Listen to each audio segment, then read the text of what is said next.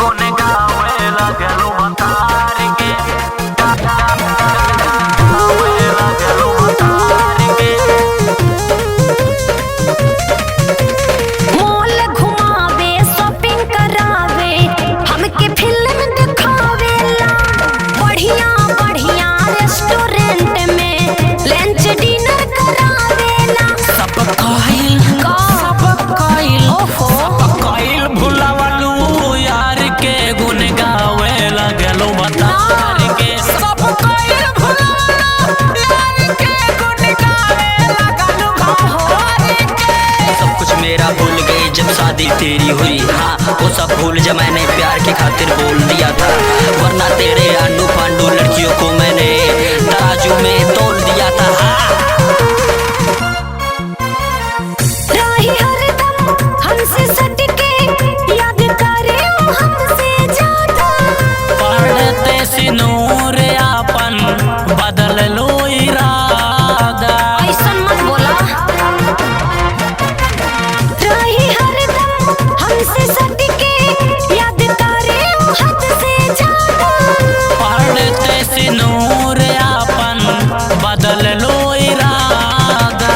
महंगा महंगा कपड़ा हमरा खातिर कीन के लावेला। भूल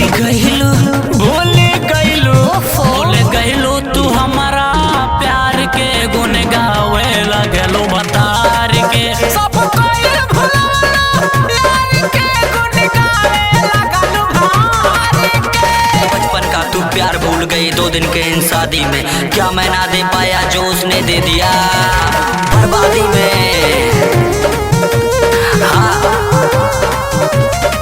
धाके बाजा देवे माजा बट खटी मरद मोर राजा, के मोहब्बत हमारा बजा गइलू बाजा। कबहू न बजैनी हो। धाके बाजा देवे माजा बट खटी मरद मोर राजा, के मोहब्बत हमारा बजा गइलू बाजा। कहे अनीसा पहिले राकेश आनंद बतिया जानेले। चल गइलू कान के बिसार के गुन गावे लगलू बतार के। चल गइलू कान के बिसार के गुन गावे लगलू बतार के। मॉल घुमावे शॉपिंग करावे हमके फिल्म दिखावेला, बढ़िया बढ़िया रेस्टोरेंट में लंच डिनर करावेला। सब